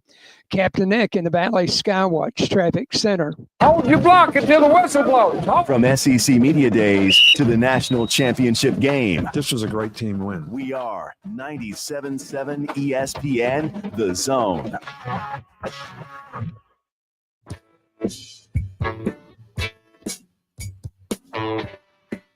Oh, speaking of cars. Okay, I'm going to show you this, okay? Okay. I'm going to show you this video first. Okay. This leads into our conversation now. Okay, you got to watch this. Imagine driving down the interstate and seeing this. Yeah. That is a kangaroo. I can't. I'm not seeing it real good. It's right there. Oh, okay. Okay, now I see it. It's just tooling along the shoulder. That's right. In the state of Alabama yesterday, if you just so happen to be on Interstate 85 in Tuskegee, about 40 miles east of Montgomery. Out, man. All of a sudden you see a freaking kangaroo. A kangaroo, it was not injured, but it interrupted traffic and caused a 2-vehicle crash. There was a kangaroo on the loose on the interstate yesterday. Not Captain Kangaroo. Not Captain Kangaroo. No. Sheila is the kangaroo's name. Man, now, in Google, it shows up. It says kangaroo on I-85. Sheila is the kangaroo's name. Wow. Sheila is a pet kangaroo. Right. Not from a zoo, not from, I guess you could say a petting zoo, a park, or anything like that. No, Sheila is a pet. Sheila got out, and Sheila went for a run. According to the owner, she's back home. She's safe. They got her with a dart. They sedated her along the interstate. That's how they were able to capture her. Good Lord. She's eating. She's drinking. She's not injured, says the kangaroo's owner. She was treated by the Auburn University College of Veterinary Medicine. But Sheila got out, and Sheila was on the loose. Good Lord. I'm taking a better look for myself just watching it. And I'm looking at all the gawking on the other side, too. Well, I mean, what would you do? I mean, if you saw a kangaroo on the loose? Obviously, this car was recording the whole thing. I mean, they didn't want to accelerate past Captain Kangaroo there. I mean, that's insane. It's not, I mean, I don't think it's not fully grown yet, is it? I don't know. Kangaroos are pretty big, I don't know. I mean, how big do kangaroos get? I don't know. Just ask Bugs Bunny and Pepe Le Pew. I mean, geez. There wasn't a kangaroo in Bugs Bunny. There was in the Looney Tunes. Have you not seen those, man? And there was definitely in Looney Tunes. If you Google Looney Tunes and kangaroo, I mean, suffering succotash. Didn't he have like boxing gloves? Yeah. Yeah. I think of Kangaroo Jack. Yeah. It wasn't a character, but there was a kangaroo. It was Hippity Hopper. Yeah. That was the name. Hippity Hopper was introduced in 1948. Right. Hop, look, and listen, and became a recurring character paired with Sylvester the cat. Sylvester thought Hippity Hopper. Sylvester thought it was an overgrown rat. Come on, man. These are classic cartoons. I forgot about that. No, I did. I mean, but you know what? In his defense, it does look like a rat. In the Looney Tunes one. Little bit bigger than a rat, bro. Not Sheila on the interstate. I mean, it's bigger than old Sylvester. But could you imagine driving down the interstate and just seeing a kangaroo just hopping along the side? I would have sped up. Like, I'm getting away from this kangaroo. I don't need some kangaroo jumping in front of me, man. Jeez. I would have took a little look like, and I probably would have called somebody. I'd have been would you have videotaped it? Probably not. I'd be afraid I'd wreck. But I mean, I don't know. I might have tried to take one you'd picture. Wreck too. I mean, I will say this because I sent Wes this picture, but I was traveling down Union Grove, going to see the family, and I wasn't really expecting to see it, but it's not every day that you run into a sponsor that you're sitting there driving. You're like, by the way, Roo was a kangaroo in Winnie the Pooh too. There was Roo in Winnie the Pooh. He was a kangaroo. Yeah, no doubt. But I ran into one of those.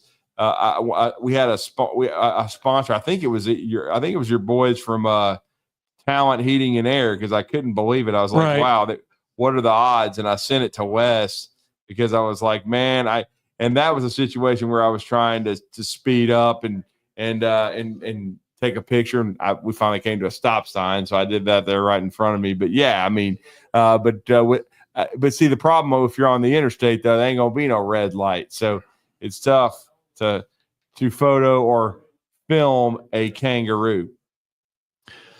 256-576-4977. Kangaroos on the loose. A pet kangaroo, nonetheless. Not one from a petting zoo or something like that, but a pet kangaroo. I don't know how you even get a pet kangaroo. And I don't know. I have no clue. I don't know where you would even buy one. Anyway, let's get a break in. When we come back, Josh Jacobs. I'm sorry, it was Fleming Roofing and Restoration. Oh, okay. I wanted to make sure of that. Okay. Josh Jacobs will talk about getting he and Nick Saban going at it during an Ole Miss game, a little nostalgia moment there. We'll hear from that. Plus, we'll talk some other good stuff. You're listening to Talkin' Ball on 97.7 ESPN, The Zone. From the Fox 54 Weather Center, I'm Chief Meteorologist Jordan Dressman. A couple of isolated, widely scattered showers and thunderstorms are going to be possible through a good chunk of the afternoon. The vast majority of us, though, going to end up staying dry. Partly sunny to mostly cloudy sky today. Temperatures climbing into the low and mid 80s, only dropping into the mid and upper 60s as we head into the overnight early into your Thursday morning. A mostly cloudy sky. Thursday afternoon, temperatures climbing into the upper 70s and lower 80s. There is a better opportunity for some scattered showers and thunderstorms through the heart of Thursday afternoon. No real severe weather is expected across the Tennessee Valley. I'm Chief Meteorologist Jordan Dressman on your home for ESPN Radio, 97.7 ESPN, The Zone. Got a new wreck in Madison, Pembridge, and Verbena. That one is coming in as an injury type. Had one university east of Jeff that reported with injury. They've canceled HIMSY on it. Liberty Hill and Prosperity Way should be long gone now. D&L Refrigeration repairs heating and air conditioning units for homes and businesses. Ask about their military, law enforcement, and senior discounts. D&L 256-652-1207. State license 08091. Captain Nick in the Valley Skywatch Traffic Center.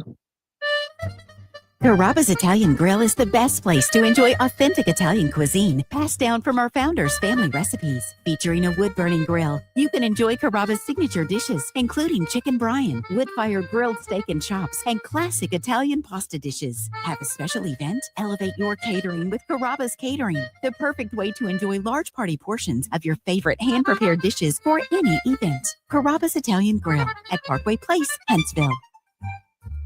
Specializing in simple and affordable rentals, McCurry Van and Car Rental can make sure you have just the right vehicle for your next family vacation, weekend getaway, or if you just need transportation while your vehicle is being repaired. McCurry carries Ford Transit vans and Mercedes Sprinter vans, trucks and work vans, and more. And they offer discounted rental rates for long-term rentals. Now with 4 locations: Athens, Muscle Shoals, Coleman, and Huntsville. Log on McCurryRentals.com to make your reservation now. That's McCurryRentals.com. I'm here with Stan McDonald of Jacob Title. Stan, I've heard that every real estate closing at Jacob Title is a very big deal. Why is that? Wes, I'm reminded of a very impactful statement that I heard from Coach Gene Stallings years ago when he talked about big games and little games. He said he didn't like that comparison. He says, because try losing one of those little games, and if you ever do, it ends up being the biggest game all year long. Well, it's the same thing with real estate closings. Every game, every closing is a very big deal at Jacob Title. Because when it's your closing and your contract on the line, it's a very big deal, and we understand that at Jacob Title. So it sounds like whether your client is a first-time residential buyer or a multi-million-dollar investor, they can expect your A game. That's exactly right. As a matter of fact, when you bring your real estate closing to us at Jacob Title, we understand it's all about trust and confidence. And when Stan McDonald tells you that a chicken dips snuff, you can look under his wing for the box. And like Beams likes to say, there's no doubt about it. SportsMed is the official team physicians of the Rocket City Trash Pandas. And if the pros trust SportsMed, you can too. SportsMed provides every service you might need for complete orthopedic care, specializing in orthopedic surgery, sports medicine, joint replacement, spine surgery, neurosurgery, and podiatry. And they offer their own brace shop, in-house full-body MRI, physical therapy, walk-in clinic, and so much more. 4 locations and on the web at sportsmedalabama.com. 97.7 The Zone. Now on Saturday, you are willing to give a little extra. Then you, because of your preparation, things I'm trying to get across to you. And if we do that as a team, 11 at the time, 4 years from now, we'll be walking out of here national champion. And I'll tell you this, I expect nothing less. 97.7 The Zone. Attention, attention, may I have the camp's attention? Your home of the college football playoffs. Playoffs? Is 97.7 ESPN The Zone. Playoffs? Playoffs?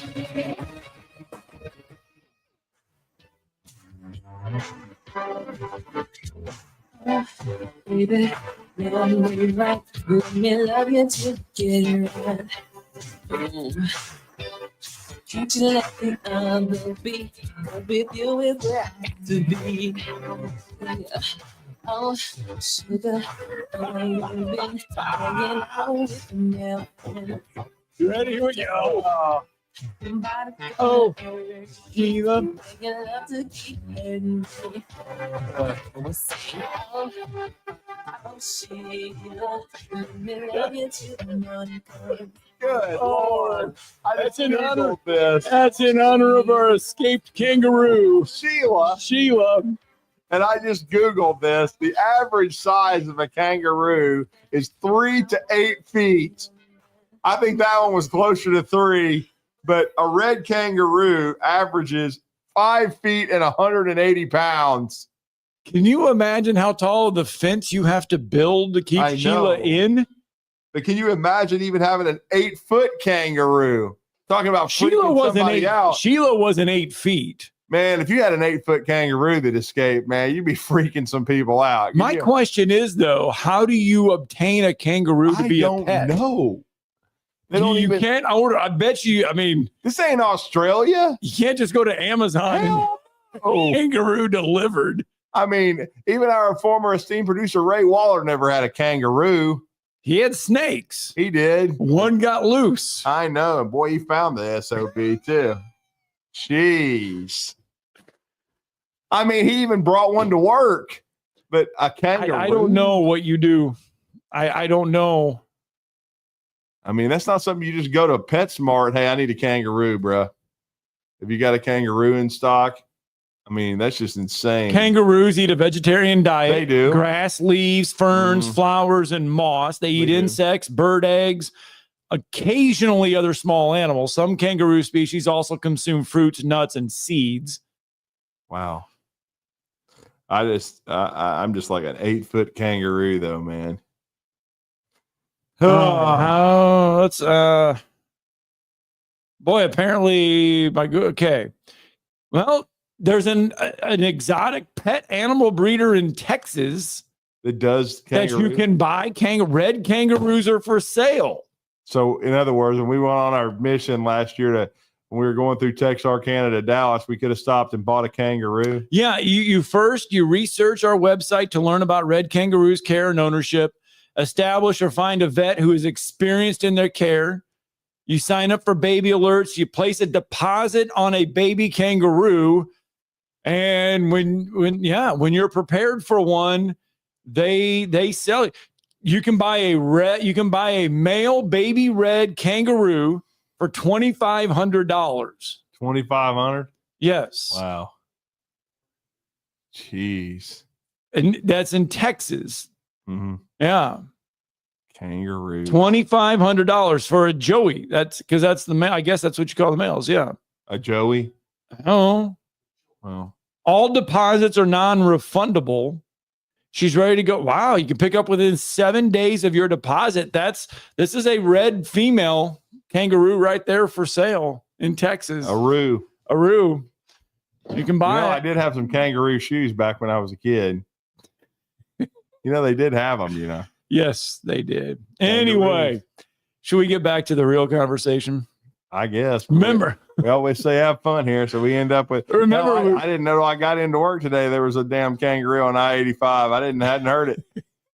It's caught now. Hey, it's back in its home. It's back in its home. Hell, I hadn't heard Sheila since I was 10. Oh boy, what would you name a kangaroo? I have no idea. That's a great question. I know why Sheila, because Sheila's an Australian term you hear all the time. Yeah. A female term. So I can dig. I understand that the name in that. So remember yesterday we were talking about quarterbacks in the league, and we were like, okay, returning quarterbacks, those that don't have returning quarterbacks, and Alex Scarborough, we were talking about Ty Simpson and all that. Here are some of these names. I forgot Garrett Nussmeier is at LSU. Garrett Nussmeier is returning at LSU. You got Lenora Sellers at South Carolina, DJ Lagway at Florida, Arch Manning and Diego Pavia at Vanderbilt. Those are probably your top 5. Marcel Reed, hot flash there in 2024. He's back at Texas A&M. Austin Simmons most likely will take over at Ole Miss. Taylon Green back at Arkansas. John Mater at Oklahoma. Ty Simpson, Gunnar Stockton, Georgia. Blake Shapen, Mississippi State. Jackson Arnold, Auburn. Bo Yeah, that dude at Missouri. Joey Aguilar at Tennessee. Zach Calzada. Remember Zach Calzada still around. Where is he now? Kentucky. Oh, wow. He was an incarnate word. I've lost track of Calzada. Yeah. But we know that Connor O'Gara put all of them in a top 16. Had to retire, basically. Yeah, Connor O'Gara put them all in the top 16. He put Zach Calzada at the very end. But that's Kentucky's offense. I mean, that's all that. But anyway, those are your returning quarterbacks. Those are the ones we were talking about yesterday that could have an influence. The league, to me as a whole, is not very strong at the quarterback position this year. I think that's the point of all of this. That there's a lot of names there. Yes, there's a lot of names there. But Diego Pavia at Vanderbilt, is he a top 5 quarterback in the league? He could be. Well, that's going to have to play itself out. He's certainly one of the top returners, and Vanderbilt had a good year and won a bowl game, which is a rarity. So, is DJ Lagway a top 3 quarterback in the league? Probably, if he's healthy. And I know some video has surfaced this week of him throwing. He did not throw at all in the spring, and we believe he's recovering from a sports hernia. But the Gators have to have him. If they have no experience depth behind him, they've got to have Lagway healthy. So based on going into the new year, no one performing, is Garrett Nussmeier the best that the SEC has to offer right now at the quarterback spot? No, I guess from a production standpoint, but I'm just going to go ahead and stick my neck out. The best quarterback in the SEC is going to be Arch Manning. Mannings don't bust. There we go. I know it's going to drive people insane that can't, including he's had 2 career starts already, including some of my friends who don't like the Mannings. But I just. And right now on returning, I guess it would be Garrett Nussmeier or Pavia. They both produced big time last year, but I'm just saying with the supporting cast and I think his perceived talent level, I think Arch is going to be a great player. All right, 256-576-4977. That's how we transition out of Sheila, our runaway kangaroo. I've never even pet a kangaroo. I mean, I've gone to zoos and I've gone to these petting zoos, but I've never managed to pet a kangaroo. We should have brought up the Sylvester cartoon with the kangaroo, because when he's boing boing boinging, I don't like it when people go boing boing boing. I'm just saying. I'm not the voiceover guy. When you were going boing, boing, boing, boing, boing. I'm not. I'm just not. I'm not the czar of the voices of Looney Tunes. What was the cat's name again? Sylvester. Sylvester the cat. Sylvester versus kangaroo. Yeah. There it is. Oh, Hippity Hopper. Yeah, Hippity Hopper. That was the kangaroo's name. So this is what you were making reference to. You ask, and let's see if we can get it right here. There we go. That's Sylvester doing his thing, talking to the mouse. Oh, yes, because he always would go after the mouse, and then he would get caught. And then this is what I believe you were. That's a good trick, Mouse, but it won't save you. Well, go ahead. Kick me out. I dare you.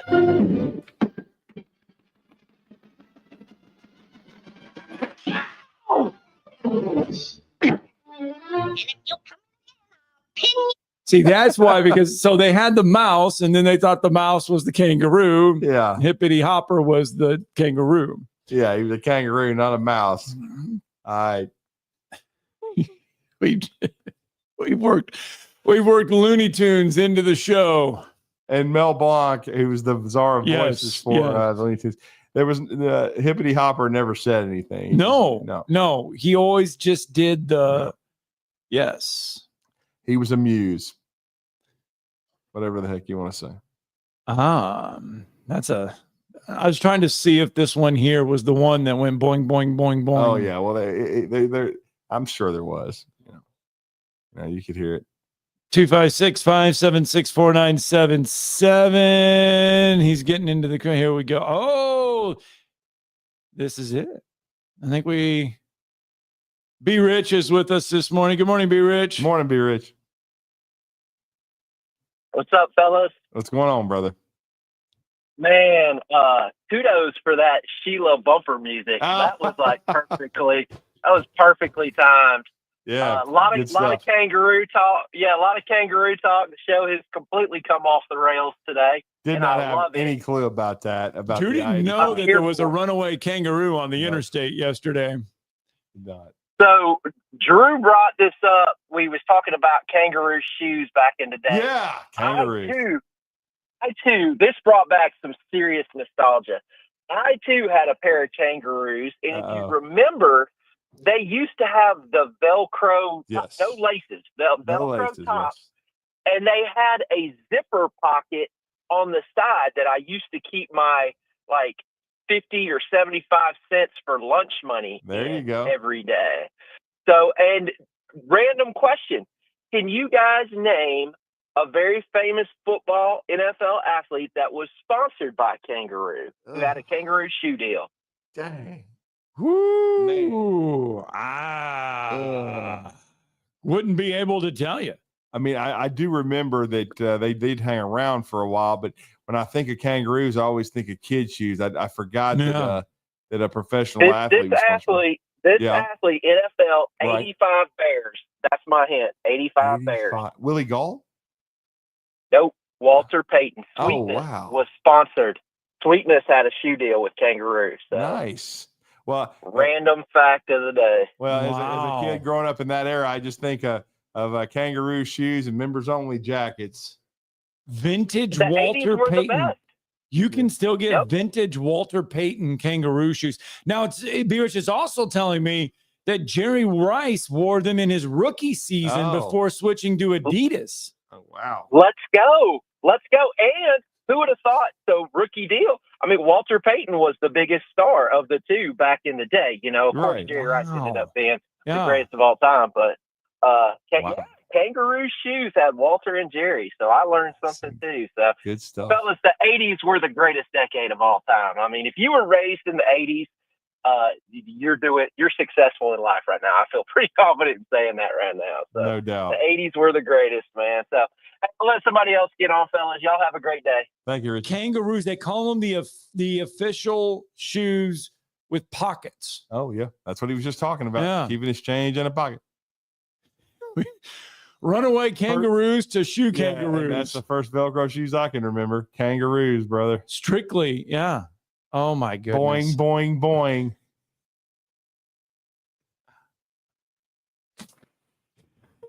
Gotta get a break in.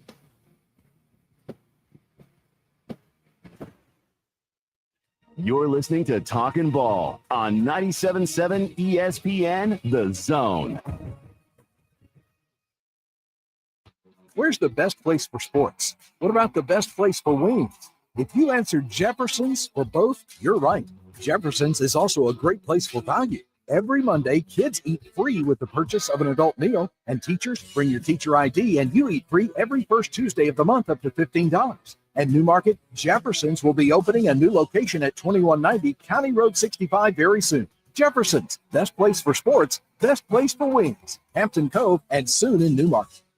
Hi, this is Wes Neighbors. I'm here with Sam Fleming with Fleming Roofing and Restoration. Sam, tell the folks about Fleming Roofing and Restoration. Hey, Wes. Our company, Fleming Roofing and Restoration, specializes in commercial and residential roofing and repairs. I'm a fifth-generation Huntsvillian, and our family's been doing construction business in Huntsville area since 1965. Sam, what kind of roofs does Fleming Roofing and Restoration do? Our guys are skilled enough. We can come out and address any kind of leaks or issues you might have on your commercial, on your metal roofing, on your Your shingles, we can do anything, and we can offer you a solution to repair it, or we can replace it. But you guys also do insurance restoration. Our staff has 10 plus years of experience as insurance adjusters, and we really do know the inside and out of the claims process at Fleming Roofing and Restoration. Check out Fleming Roofing and Restoration online at FlemingHSV.com, or you can call or text them at 256-651-9440. Hey, Wes, we show up. Forgiveness. Wow, what a word. What a gift. All of us have done things in our lives that we regret. All of us have done things that are disobedient. All of us have sinned and fallen short of the glory of God. Thank God for his forgiveness. Thank God that he separates our sins as far as the east is from the west and remembers them no more. Hey, I'm John Dees, pastor at Cross Point Church, smack dab across the street from the YMCA in Madison. Check us out at cpcfamily.org. This segment of Talkin' Ball is brought to you by University Kia, the #1 volume Kia dealer in the state of Alabama, located online at universitykia.com.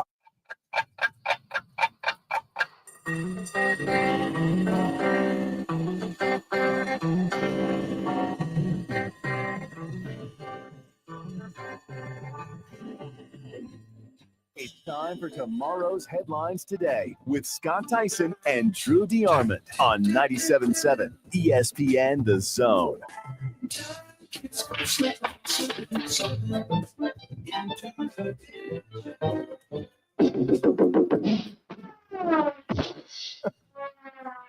A lucky punch. That can't happen again.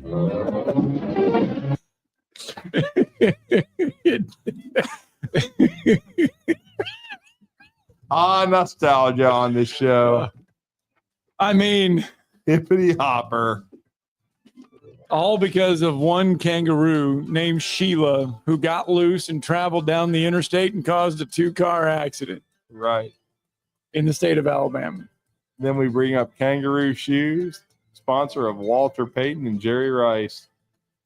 There you go. Do you remember the pony shoes that teams used to wear? Pony? Wes Neighbors had to wear them, and he did not like them. They melted when he was at the University of Alabama. They wore pony cleats. Iowa wore them because they were so not, because a lot of teams back then played on the old AstroTurf. Yeah, and they melted on the turf. Yep, bro. and pony shoes were very common to be worn on the AstroTurf back in the days. Yeah, I remember ponies. And then then Jordache tried to get into the shoe game a little bit. Remember Jordache? Yeah. That didn't last very long. No, it didn't. 256-576-4977. That's the number to the phone lines. Josh Jacobs. Remember we had a chance to visit with Josh at the Super Bowl. Yeah. But he sat down on the pivot. Yeah. And talked about an encounter he had with Nick Saban at an Ole Miss Alabama game. Oh, wow. And I'm going to have to turn it down for a second midway through this. So because he does say yes. Well, there is a language thing, but it's not beep. So I'm going to have to turn it down for a second. John's ready, man. So if you hear it go down and then come back up, it's because John's ready. Yes. After I got into it with Saban that Ole Miss game, I feel like all them emotions of not playing my junior year and stuff, I'm like, man, like my time ticking, like I'm gonna have to figure it out. I feel like after that, everything else took off. What happened with you and Saban in the Ole Miss game? I scored a touchdown because I played, but like I think I've only got more than 15 carries like in one game my whole college career. Oklahoma, you had 20 touchdowns. Yeah, I think that was the only game like in my career that I got that amount of carries. But I was like, that Ole Miss game, I scored a touchdown and I got a taunting penalty. Basically, me and dude was going back and forth. I got a taunting penalty. So typical Saban fashion, especially with something that's controllable, he cussed me out. So I'm like, shit, like I eat it. You know what I'm saying? I'm like, he cussed me out. I got to eat that. Like it's due. But then he, a couple of drives went by and he came back and tried to cuss me out again. And I'm like, hold on. You know what I'm saying? So I get up. Saban short. So I'm like, bro, what we on? Like, so I'm mad. Like, I'm like, I'm on that for real with him. And so it's right before halftime. So we go into halftime. I take my pass off. I'm like, bro, I'm good. Like, I'm done with this shit. Like, I'm finna figure it out. he transfer, whatever, figure it out. I talked to Coach Locks, and Locks was like, man, like, he's like, what's going on? Like, we started talking. He said, man, I know. Like, I had coaches used to come up to me and ask me. Anyway, he goes on and says after that, he and Saban were good. Like he could talk to Nick could talk to him. They were good. Here's the key you just mentioned, though, is Mike Loxley. He kept that whole team together, because if it hadn't been for him and, and going through the Jalen Hurts and Tua transition, there would have been a mass exodus of a lot of great players. But Mike Loxley, that's why he'll always be a favorite of mine, because he's a great recruiter, great communicator. Wish we could find one like that on the defensive line for the Not Freddie Roach? Hell no. We're back in 24 hours. By now, you know about Eagle Masonry and Insulation, and maybe you know that Eagle also does